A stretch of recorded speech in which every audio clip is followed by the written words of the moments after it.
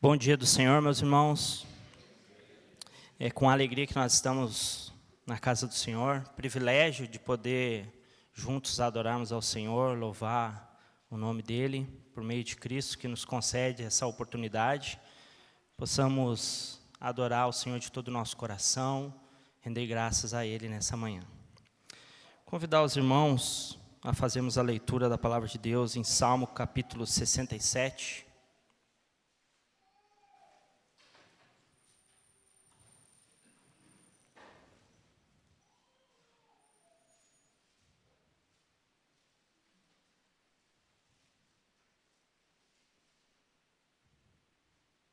Salmo 67.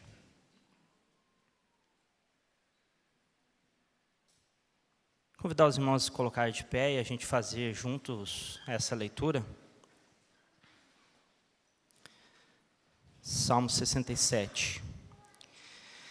Seja Deus gracioso para conosco e nos abençoe e faça resplandecer sobre nós o rosto, para que se conheça na terra o teu caminho e em todas as nações a tua salvação.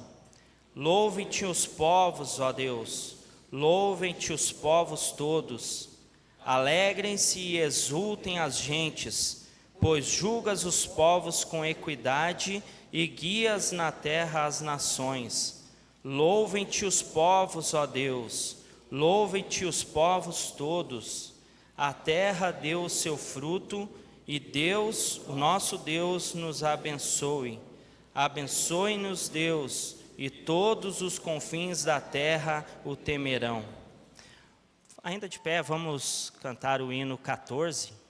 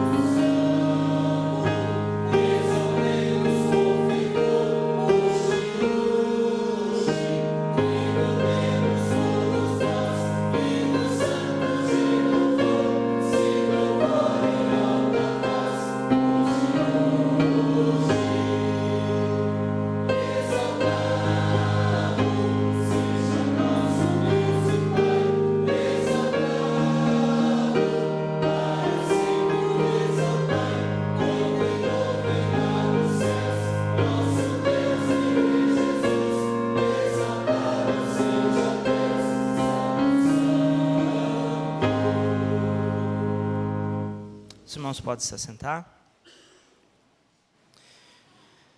Vamos agora fazer uma oração de gratidão ao Senhor por tudo que Ele tem feito por nós. Queria convidar o seminarista Rafael a nos dirigir nessa oração, nesse momento. Senhor Deus, em nome de Cristo Jesus, nós nos achegamos e nós nos apresentamos diante de Ti. Pedimos a Deus da Tua bondosa mão sobre os nossos corações para que nós possamos exaltar o Teu nome, por gratidão, por tudo aquilo que o Senhor tem feito por nós, sobretudo pela graça derramada a cada um de nós aqui presentes, os Teus filhos. Pai amado, muito obrigado por tudo que o Senhor tem feito em nossas vidas, por tudo que o Senhor tem feito através de nós e para nós. Que o Senhor Deus continue nos moldando à imagem do Teu Filho amado Jesus. É no nome dEle, diante dEle e nele que nós oramos. Muito obrigado, Senhor. Amém. Gostaria de convidar a equipe de cânticos para nos conduzir nesse momento de louvor.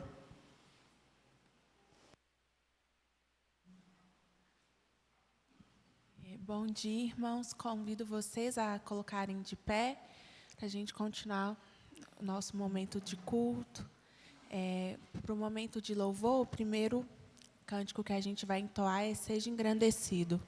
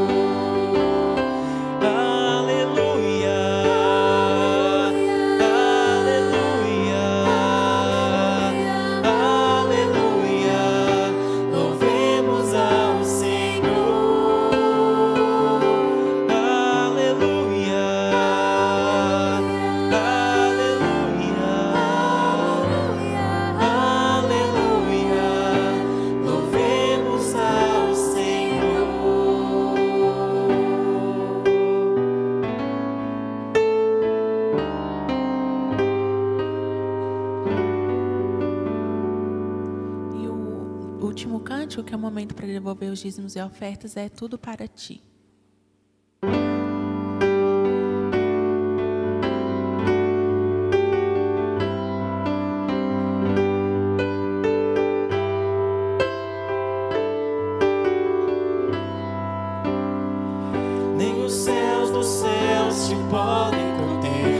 Tu és majestoso em glória e poder, tudo em Cristo tu criaste,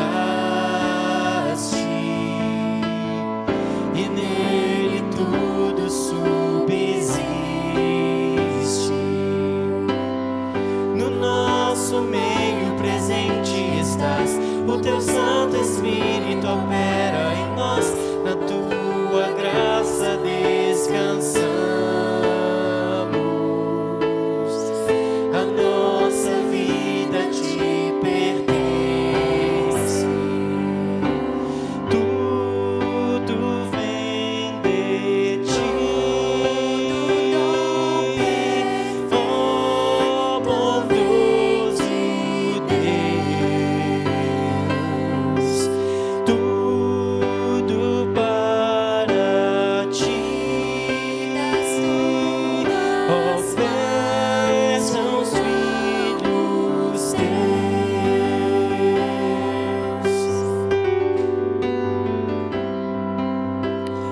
Nem os céus dos céus te podem conter, tu és majestoso em glória e poder, tudo em Cristo tu criaste, e nele tudo subsiste. No nosso meio presente estás, o teu Santo Espírito opera em nós, na tua graça descansamos. A nossa vida te pertence, tudo vem de ti, ó bondoso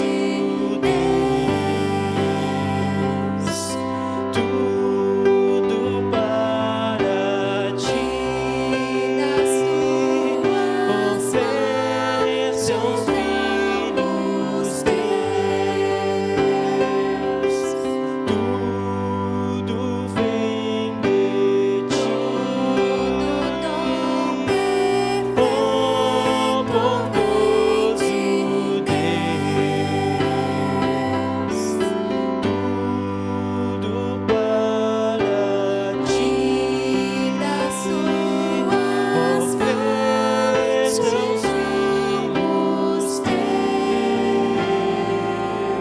aos filhos teus.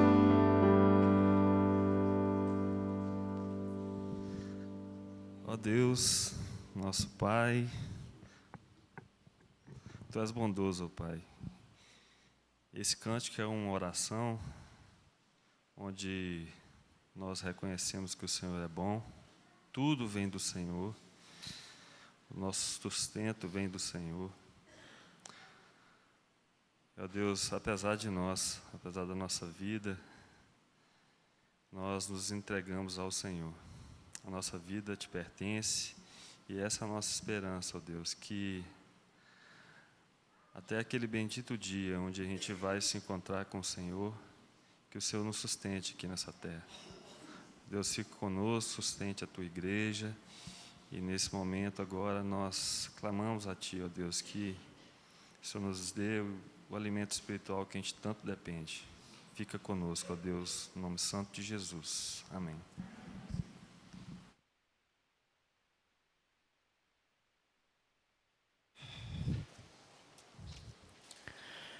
Bom dia do Senhor, meus irmãos. Alegria estar de volta. Nós estivemos no último final de semana lá em Porto Velho, também matando saudade e revendo parentes, amigos, ex-ovelhas, né?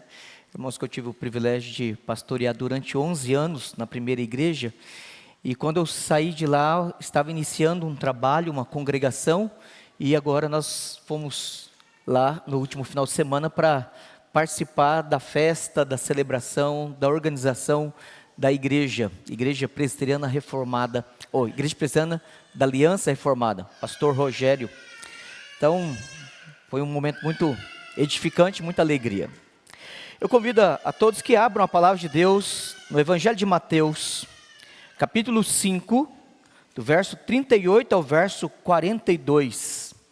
Evangelho de Mateus, capítulo 5, do verso 38 ao verso 42.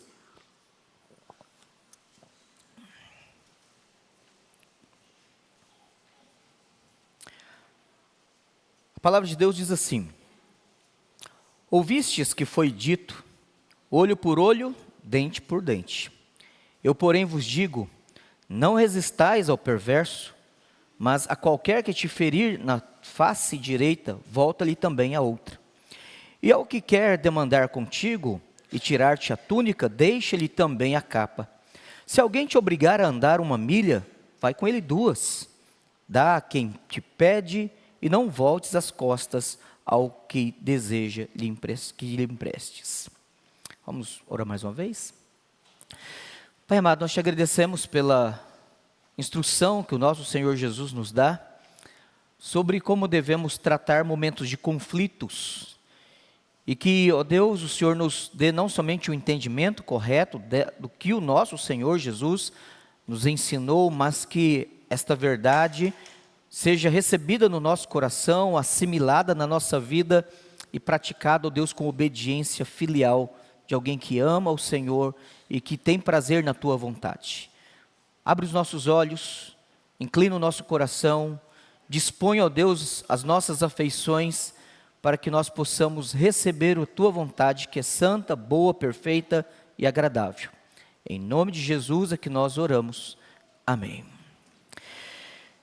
Irmãos, nós já fizemos a exposição do verso 38, então, se você não veio, não estava presente, no domingo que eu fiz a exposição do versículo especificamente, eu limitei para poder entender o que o Senhor Jesus estava negando, repreendendo, corrigindo e ensinando de fato no verso 38. Então nós vimos isso já há 2 domingos atrás, né? Então se você não estava presente e não está acompanhando e perdeu especificamente a exposição do verso 38, eu recomendo que agora à tarde, né, depois do almoço, se você cochilar depois do cochilo, né, você possa separar ali uns 30, 40 minutos e veja a exposição do verso 38. Mas resumidamente, o verso 38, o Senhor Jesus ele não está condenando aqui a lei do tabelião. Ele não está dizendo que nós não podemos usar a proporcionalidade da justiça para punir o pecado, o erro ou o crime. Não é isso. Jesus está corrigindo aqui uma interpretação errada que os fariseus, os escribas, faziam desse mandamento. Aqui eles traziam a lei civil, lembrando, a lei, ela é didaticamente dividida em 3 modalidades ou 3 direcionamentos. Você tem a lei moral, que são os 10 mandamentos. Você tem a lei civil, que é os 10 mandamentos aplicado de forma direcionada a questões civis, as relações sociais, a propriedade, a crimes, a recompensas e assim por diante. E você tem o direcionamento da lei para a lei cerimonial, os ritos de purificação, os sacrifícios, as festas, os dias santos e assim por diante. Tá? Aqui nós temos especificamente o pecado dos intérpretes da lei, fariseus e escribas, é que eles estavam pegando uma lei que tinha aplicabilidade civil e que dentro de um contexto de tribunal, testemunhas, provas, um crime estabelecido e comprovadamente praticado, cometido, ele deveria, diante de um tribunal, repito, ser punido na proporcionalidade. A justiça deveria ser aplicada na proporcionalidade do crime, nem além, nem a quem. Então, olho por olho, dente por dente. Então, essa era a aplicabilidade desta lei. Obviamente que nos dias de Jesus, não havia mais essa instância plena, mesmo porque o Sinédrio, que seria a maior autoridade judaica, estava debaixo da autoridade do governo romano. Então, embora o Sinédrio funcionasse como um tribunal de primeira instância, algumas particularidades da lei de Moisés não eram permitidas devido à restrição que o próprio Império Romano, na sua legislatura, impedia que os judeus praticassem. Por exemplo, a pena de morte. né? Então eles poderiam montar todo o processo, fazer a denúncia e seguir para o governador, como fizeram com Jesus, como tentaram fazer com o apóstolo Paulo. Mas essa lei não deveria ser usada como erroneamente os fariseus e os escribas estavam fazendo para aplicar nas relações pessoais. Então eles tiravam a lei, essa lei, do contexto do Código Penal, vamos dizer assim, né? E levava para as relações pessoais. Então eles justificavam a amargura, a inimizade, as intrigas, as contendas, a vingança, usando, fora do contexto, uma lei que deveria ser interpretada, aplicada por um tribunal, por juízes, por anciãos, pelo sinédrio, no caso de Jesus, dentro de um contexto de um crime comprovadamente cometido. E aplicando a pena à proporcionalidade do crime. Ponto. O Senhor Jesus agora, do verso 39 ao verso 42, ele vai então agora dizer assim, bom, se vocês querem resolver questões de conflito, vamos partir do princípio correto. Qual é o princípio correto? Amar o próximo como a ti mesmo. Então, como que nós resolvemos? E aí, irmãos, a gente aprende dentro da sabedoria popular, que tem um princípio bíblico, quando um não quer, dois não brigam. Funciona assim, né? Quando nós olhamos aqui, o Senhor Jesus está trabalhando essa ideia. Se alguém quer brigar com você, não ceda à provocação. Se alguém está instigando a sua ira, domínio próprio. Se alguém quer cometer uma injustiça com você, dependendo da circunstância, por amor a Deus, por amor ao testemunho do Evangelho, por amor à paciência e o exercício do domínio próprio, às vezes é melhor você ceder o dano, sofrer o dano, do que você ceder à provocação e à inimizade. Bom, vamos lá. No verso 39, nós temos aqui uma declaração que aparentemente parece, né? Desculpa o pleonasmo, né? Aparentemente parece, que aparentemente é uma contradição. Observe o verso 39. Jesus ele começa com eu, porém, ou seja, ele está contradizendo não a lei de Moisés, ele está contradizendo a interpretação errônea e aplicabilidade errônea da lei do tabelião. Ele diz aqui, não resistais ao perverso, mas a qualquer que te ferir na face direita, volta-lhe também a outra. Parece contraditório, porque se você entender resistir, não resistir, a ideia de passivamente suportar, mas se eu não devo resistir, ou não devo suportar, por que eu tenho que dar a outra face? Parece uma contradição. Só que aí nós precisamos observar algo aqui no texto.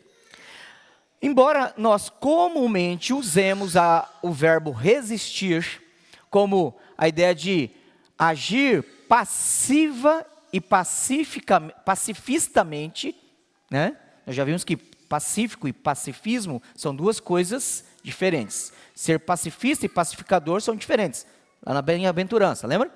Então, se você interpreta ou entende, ou no seu uso comum, coloquial da língua portuguesa, você usa, intenciona significar o verbo resistir como sendo passivamente não reagir, não é isso que Jesus está dizendo aqui. É claro que resistir envolve uma certa paciência, uma certa tolerância, mas a ideia de resistência não é passividade. Tanto que, por vezes, nós vemos também o uso da palavra resistência como sendo uma reação contra um ataque agressivo. O que o Senhor Jesus está usando aqui é, não reaja à medida do ataque. Então, não resistir não é ficar passivo. Como é que eu sei disso? Bom, há uma regra de hermenêutica que diz que quando um texto ele não é tão claro, você usa um outro texto mais claro para que você possa entendê-lo. Abra comigo lá em Tiago capítulo 4, verso 6, onde Tiago usa esse mesmo verbo, e a ideia de passividade ela está ausente. Tiago, capítulo 4, verso 6.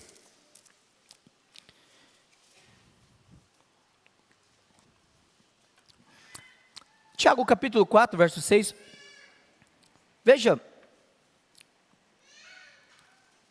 antes ele dá maior graça pelo que diz: Deus resiste aos soberbos, mas dá graça aos humildes.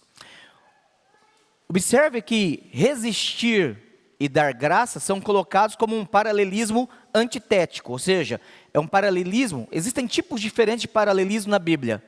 Existe paralelismo que tem simetria, então você tem a afirmação e a reafirmação de forma em declarações diferentes, mas dizendo a mesma coisa.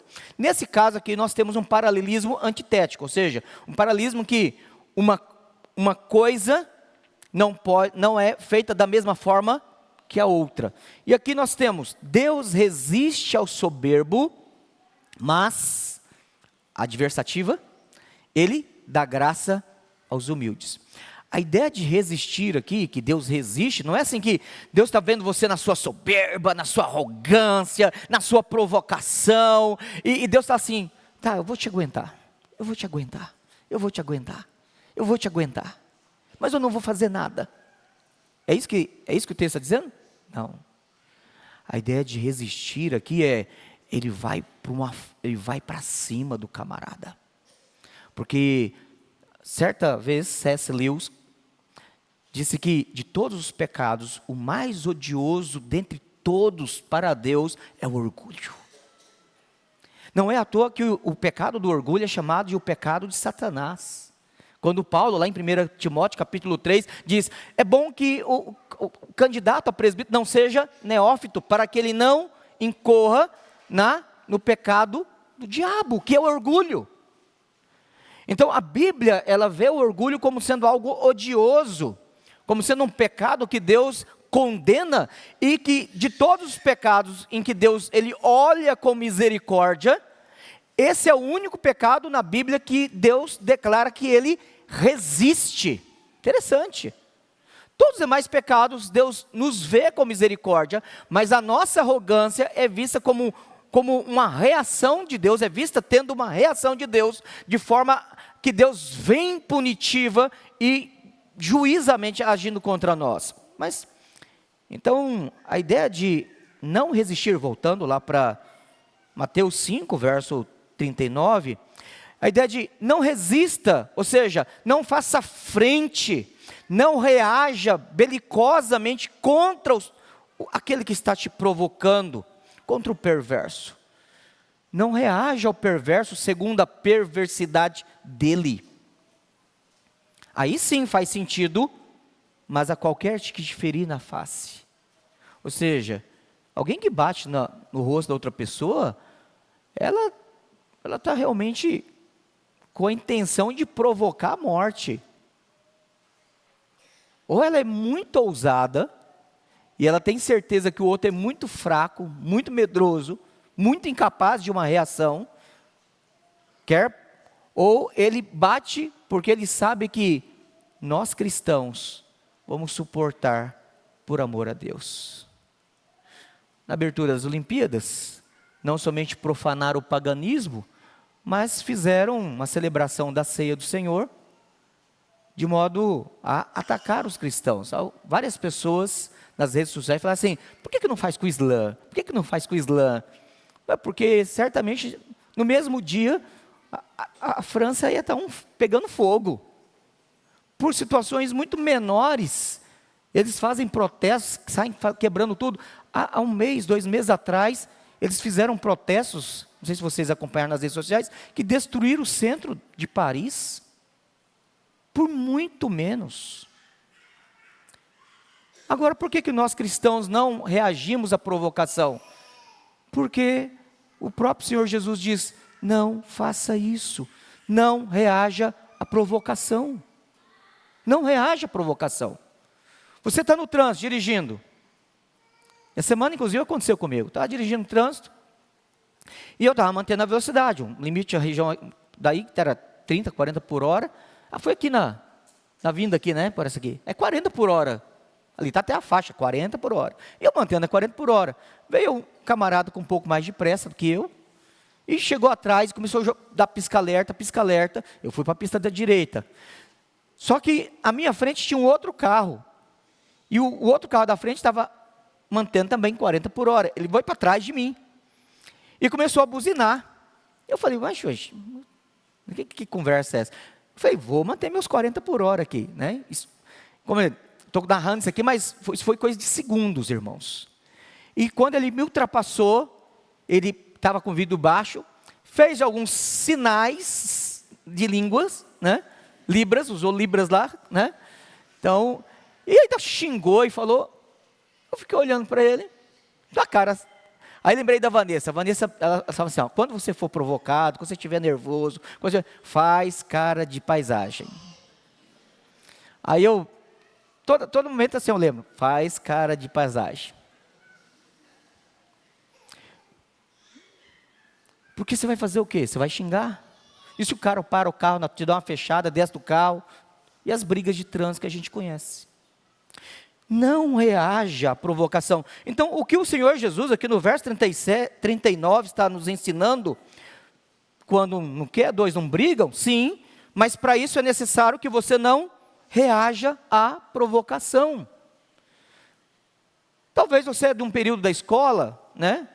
Naquela época, uns 20, 30, 40 anos atrás, que não tinha essa conversa de bullying, não pode fazer bullying, né? Bullying era até educativo naquela época, né, Santinho? E existia um negócio assim, você desentendia com o outro, já juntava uns 10, 15 meninos. Né, professor? Aí um já botava a mão no assim, quem é mais macho, gospe aqui. Você conhece no que vai dar esse negócio? E vira briga. E foi a única vez que eu briguei na escola, quando eu tinha 7 anos. Meninos, não façam isso. Eu briguei, a supervisora da escola era irmã do meu pai, minha tia. A aula já tinha acabado, minha tia saiu lá da escola, que isso foi no portão da escola, aquele negócio, lá fora eu te pego, né? E deu esse negócio, e aí eu fui lá, minha tia me chamou, e ela me levou em casa, depois da escola, chegou lá na minha casa, contou para meu pai, e a briga que eu tive na escola, piorou em casa, porque em casa eu só apanhei. Então, não reagir à provocação, gente, não reagir. Esse negócio de... Às vezes a gente faz isso, inclusive dentro de casa, né? A gente faz isso. Homens não fazem isso. Geralmente é um pecado mais das mulheres. Vou fazer uma provocação aqui, né? Então, aqui lá no livro de Provérbios, você tem a mulher rixosa. Alguém já viu o homem rixoso? Pastor, você não conhece meu marido. Tá, é verdade. Homem, quando gosta de dorama, homem, quando dá para ser fofoqueiro, e homem, quando dá para ser contencioso, é pior do que mulher. Não é? Então, assim, então são pecados. Homens têm alguns pecados que são mais acentuados, mais característicos nos homens. E há alguns pecados que são mais acentuados e mais característicos nas mulheres. Mas nós todos pecamos em diversas situações. Em primeiro lugar, as crianças que estão anotando aí, não reaja à provocação.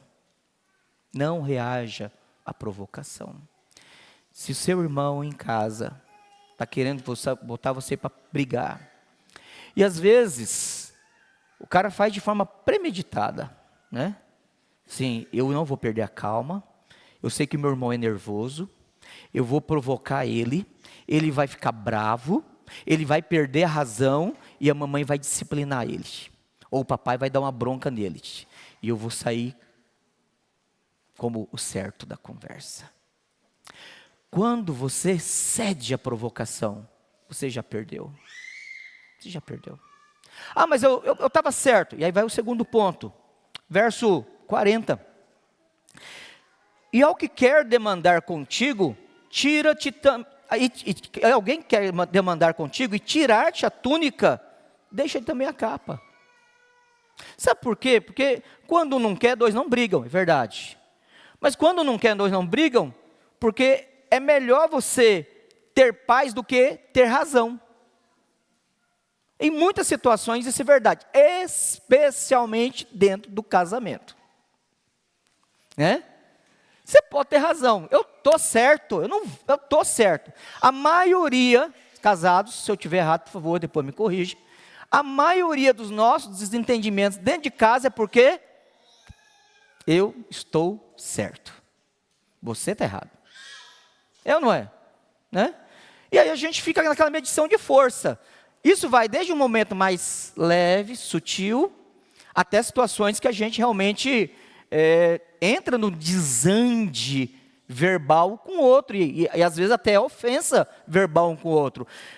E aí nós temos um problema, porque nós queremos ter razão, nós queremos impor que estamos certos, nós queremos mostrar que o outro está errado.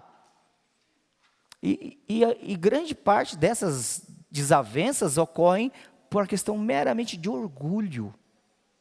Eu quero me impor. E aí, quando a gente esquece que o casamento ele é um complemento, é um relacionamento complementar de um com o outro, tornando os dois uma só carne, e nós queremos, na verdade, desossar o outro. Nós queremos simplesmente nos impor sobre o outro. E queremos mostrar que temos razão. E aí, irmãos, às vezes é melhor você ter paz do que você ter razão. Mas, pastor, aí eu vou promover o erro. E aí eu vou dar a razão para a pessoa que está errada? Não. Porque quando você tem razão e o outro não quer aceitar, mas observe, é possível que os dois tenham razão, estejam certos. Porque pode ser que vocês estão falando de perspectivas diferentes sobre o mesmo assunto. E não perceberam que o mesmo assunto, embora de perspectivas diferentes, vão se complementar. Segundo, é possível que o certo esteja certo e o errado seja errado, mas no momento de atrito, o errado não reconheça. E ao não reconhecer, você tem um choque. Só que qual é o problema? Quando você insiste em pressionar e impor que você está certo, você cria uma situação, cria um contexto de crise, de inimizade, às vezes até de bate-boca, e você perdeu a razão. E aí quando os dois brigam, quem estava certo, deixou de estar certo. Então aí já não existe mais certo e errado, todos os dois estão errados. E aí existe um terceiro ponto. Mas eu vou dar razão para quem está errado? Não. Vamos trazer novamente para dentro do contexto de casamento. Se o outro está errado e você está certo, né? Você tem uma situação muito simples. Fulano é assim, não é. Mas aí você dá os seus argumentos. É assim. Não é. Outro reage, não é, não aceito. Então, ok. O que você vai fazer? Você vai continuar insistindo? Né? Você vai começar a aquecer a conversa. E aí vai ficar quente o negócio. E aí você lembra daquela musiquinha rock da década de 80. Pode vir quente, que eu já estou fervendo. O negócio vai ficar ruim. O que você vai fazer? Para a conversa. Tá bom. A gente está conseguindo chegar num acordo. Ninguém está conseguindo... Vai orar. Você é crente? Vai orar. Senhor, me dê sabedoria para que eu possa persuadir que eu estou certo. Mas que não seja por uma questão de orgulho, mas que eu estou certo. Que o Senhor também convença, abra os olhos da minha esposa, ou você, minha irmã, do seu marido, para que ele entenda que você está certa. Pronto. Quem vai convencê-lo é Deus. Porque a partir do momento que o orgulho senta na cadeira, meu amigo, você só tira ele no tapa. Aí já não resolve mais. E aí a coisa vai ficar ruim. E em vez de você ter razão, você não vai ter razão e você não vai ter paz. E você cria uma guerra dentro de casa. Então é melhor você ter paz nessa situação do que você ter razão. Por que Jesus está dizendo assim? Se alguém quer demandar contigo, e aqui o contexto, aí Jesus agora traz uma questão de litígio, uma questão de briga, inclusive até mesmo situação judicial. Ele diz assim, quer demandar? Ele quer tirar, ele quer ser indenizado, ele quer tirar algo seu para punir, porque é isso que às vezes a justiça faz, né? Fulano fez isso contra o outro, se ele está certo ou não, vamos trabalhar a questão dos testemunhos, das provas, os argumentos. Quem perde tem que indenizar o outro. A indenização aqui era dar uma túnica. Alguém pode falar assim, mas dá uma capa. Para aquela época era um negócio que valia. Lembra que o seu José do Egito ganhou uma túnica que causou inveja nos seus irmãos. Então, túnica não era uma roupa que qualquer pessoa tinha. Mas o Senhor Jesus diz, dá capa também. Às vezes é melhor você falar assim, ok, você quer brigar? Qual que é o motivo da briga? Ok. Por isso não. Está aqui, te dou. Vou deitar, vou dormir em paz. Porque quando você entra numa demanda, num litígio, quando você entra numa disputa com alguém, quando você aceita a declaração de guerra de alguém contra você, acabou a sua paz. Acabou a sua alegria. A sua saúde emocional, a sua saúde espiritual. E aí foi. E aí, você vai conseguir adorar a Deus? Não, porque você vai lembrar assim, quando você for adorar a Deus, se você tem alguma coisa contra, algum irmão tem alguma coisa, tem que fazer o quê? Você não vai conseguir adorar a Deus, você vai ter que ir lá e resolver a situação. Então, é melhor você resolver a situação na entrada, do que quando a coisa já está totalmente destruída. Quando você já está internamente todo prejudicado. Então, em segundo lugar, é melhor ter paz do que ter razão. Porque se pela graça de Deus o outro entender que ele está errado, é Deus quem vai convencê-lo, não é você. Não é você. Especialmente quando você tem a habilidade de argumentar, né? A gente tem a habilidade de argumentar, eu sei que o privilegiado também tem a habilidade de argumentação, né, Cezinha?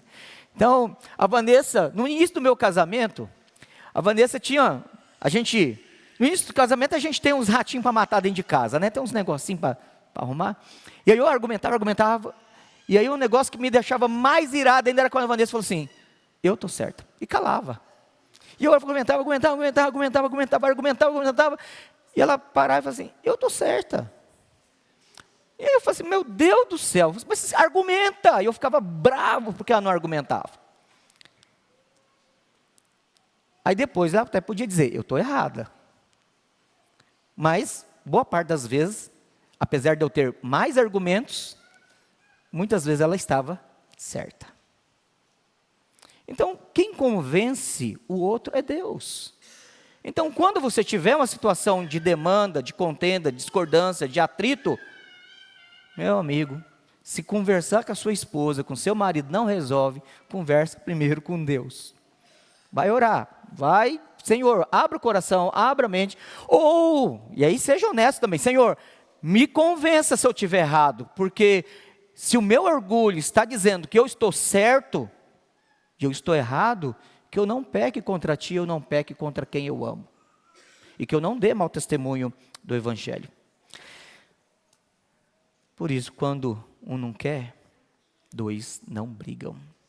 Mas observe agora o verso 41 e 42. O verso 41 diz assim, se alguém te obrigar a andar 1 milha, vai com ele 2. E aqui nós aprendemos um outro aspecto, uma outra verdade. A tolerância vence qualquer provocação. Tolerância vence qualquer provocação. Se você tem paciência curta, como a gente diz, o estupim curto, se você explode com facilidade, esse é um pecado que você tem que pedir para que Deus mate em você, mortifique em você. Você precisa clamar a Deus e dizer, Senhor, me dê até a palavra é grande, né? Longanimidade. me dê a paciência estendida, me dê aquela paciência de suportar, porque o que acontece? Você tem alguém te obrigando, e é um negócio muito ruim, porque quando você não quer fazer algo e o outro quer te obrigar, né? Eu cheguei em casa, antes de chegar em casa, deixa eu voltar um pouquinho, antes de irmos para Porto Velho, a Vanessa, tem a varandinha lá do apartamento, e para quem não foi lá em casa, vai ter o privilégio de ir ainda, e aí tem várias plantas, a Vanessa tem várias plantas. Aí, no dia de nós ainda sairmos, no início da noite, porque a gente pegou, nós saímos de casa, eram as 5:30 da tarde, ela pegou o balde de água, uma vasilhinha, e falou assim, vem cá. Eu falei, que foi? Vou te ensinar como você vai molhar minhas plantas. Eu falei assim, eu pessoalmente eu acho muito bonito as plantas, eu acho fantástico o modo como ela cuida das plantas dela, e a Vanessa tem uma mão para a planta que é um negócio fantástico. Mas desde que nós casamos, e a segunda casa que nós moramos, a gente estabeleceu um acordo, um tratado de paz territorial. A gente falava assim, a parte da frente da casa, porque a casa que nós moramos, no meu primeiro pastorado, moramos lá 5 anos e meio, porque os 6 primeiros anos a gente morou num apartamentozinho, né? Aí o apartamentozinho não tinha muita privacidade, o conselho, na época, tinha possibilidades e comprou a casa pastoral, ficou bem melhor. Então, e comprou uma casa de esquina. Lá em Cerejeiras, os terrenos mais antigos, eles são 30 por 40, o terreno. Então, tem a casa, e aí essa casa, ela tem, até hoje, porque ela está lá, ela tem a parte da frente, com bastante espaço, e a parte do fundo, que é o quintal. Aí eu falei assim, a parte da frente você planta suas flores, e a parte do fundo eu vou plantar minhas frutas. As minhas frutas eu cuido, eu não vou molhar flor. Só que de vez em quando eu tinha que molhar. Aí, entendeu? Então assim, eu não sou muito fã de cuidar de flor. Cuido por amor da Vanessa. Mas não sou muito fã. Aí antes de viajar, ela pegou o balde d'água, eu estava lá sentado, escrevendo, já para poder viajar, resolvendo algumas coisas. Falei assim, vem cá. Eu falei, o que foi? E aí eu já vi lá com o balde na mão e a vasilhinha, né? De plástico assim. Vem cá. Eu fui lá olhar. Pensei que ela ia me mostrar alguma planta, né? Eu falei assim, é assim que você vai molhar. Assim, essa aqui tem que molhar desse jeito. E são plantas diferentes. Tem orquídeas, leguminosa, tem várias. Tem samambaia, tem uns negócios lá. Aí eu olhei aquele negócio e falei assim, mas é para eu molhar mesmo? Eu não quero que nenhuma delas morra. Eu falei, uai, não é, se morreu é porque morreu, né? Eu cheguei e já molhei, gente. Estou molhando as plantas, viu, Vanessa? Estou molhando as plantas. Cara, vai ver hoje à tarde esse sermão, né? Então, alguém quer te obrigar a fazer algo, independentemente se você gosta ou não, se possível, faça a mais. Porque a tolerância, ela vence qualquer provocação. Esse é o ponto. Então, nós às vezes queremos, em nome da nossa liberdade, em nome da nossa vontade, em nome do nosso gosto, em nome da minha escolha pessoal, eu simplesmente rejeito o outro. E o que o Senhor Jesus está aqui implicitamente dizendo assim, eu vou te mostrar como é que você vai amar o próximo como a ti mesmo. Use de tolerância. Ele quer brigar com você, ele quer tomar algo de você, ou ele quer impor algo sobre você, ceda. Você vai morrer por causa disso? Não. Você vai exercer paciência, domínio próprio, e é possível que você o ganhe, e você vai desarmá-lo. Porque lembra de Provérbios 15, verso 1? A palavra dura suscita a ira. A palavra branda desvia o furor. Casados, jovens casados, e daí você que está começando o casamento agora, aprenda um negócio, meus irmãos. A sua esposa, ela sempre tem razão. Não é? Primeiro, você é a parte mais forte, ela é a parte mais frágil. Então você tem que cuidar dela. Acabou aí. É mesmo quando um acidente de carro. Vamos dizer que você está no carro e bata numa moto. Ah, mas a moto me fechou, entrou na contramão, no BO. Quem que vai estar com a razão? A moto. Porque ela é a parte mais frágil. Então, o princípio da fragilidade já tem razão. Já começou por aí. Segundo, se ela não tem razão, ela vai ter razão. Porque se você destemperar, ela passou a ter razão. Terceiro, se ela não tem razão, e você tem razão, você por amor vai dar razão para ela. E aí quando você desarmá-la na tolerância, ela vai dizer assim, é verdade, eu também estou errada. Aí pronto, você passou a ter razão. Então, irmãos, quando um não quer, dois não brigam. Mas para isso, primeiro, verso 39, não reaja à provocação. Segundo, verso 40, é melhor ter paz do que ter razão. Porque a ausência de paz, ninguém tem razão. Terceiro, verso 41, 42, a tolerância vence qualquer provocação. Anda a segunda milha, longanimidade, espera mais um pouco, não esbraveje, não agrida, ore. Senhor, esse camarada aí está querendo brigar, o que depender de vós, tem de paz com todos os homens. E aí, começando em casa, ajuda. Porque se tem um negócio que é uma bomba armada, é quando a gente já sai azedo de casa. Né? E se alguém está em demanda ou querendo brigar com você, ore a Deus para que ele seja feliz. Porque gente feliz não é azeda. Ore para que Deus o abençoe, porque gente abençoada não é encrenqueira. Ore para que Deus dê graça na vida dele. E aí amar o próximo como a ti mesmo. Vamos orar?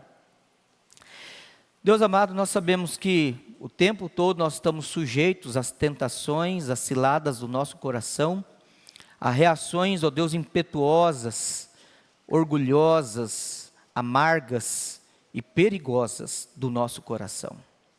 Agirmos ou reagirmos, de modo, ó Deus, que em poucos segundos possamos, ó Deus, causar uma guerra e feridas em nós ou em outras pessoas. Que o Senhor, ó Deus, nos dê a sabedoria, nos dê o domínio próprio, nos dê o temor do Senhor, nos dê, ó Deus, o discernimento, nos dê, ó Deus, a capacidade de agir para a glória do Teu nome. Para que, ó Deus, não venhamos através de brigas, contendas, inimizades, queimarmos pontes e limitarmos ou cessarmos o acesso ao coração das pessoas. Para que, ó Deus, no relacionamento com os nossos vizinhos, parentes, conhecidos, colegas de trabalho, tenhamos de fato pessoas que veem Cristo em nós, e não um contencioso, um amargo, um brigão, um agressor, uma pessoa tóxica nos seus relacionamentos.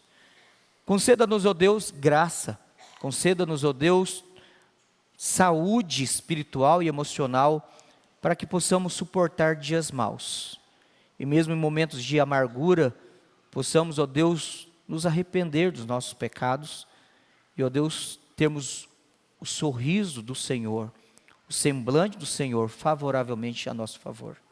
Abençoa-nos, no nome de Jesus é que nós oramos. Amém. Amém, irmãos. Hoje, a Igreja Presbiteriana do Brasil, ela comemora o dia do presbítero. Eu quero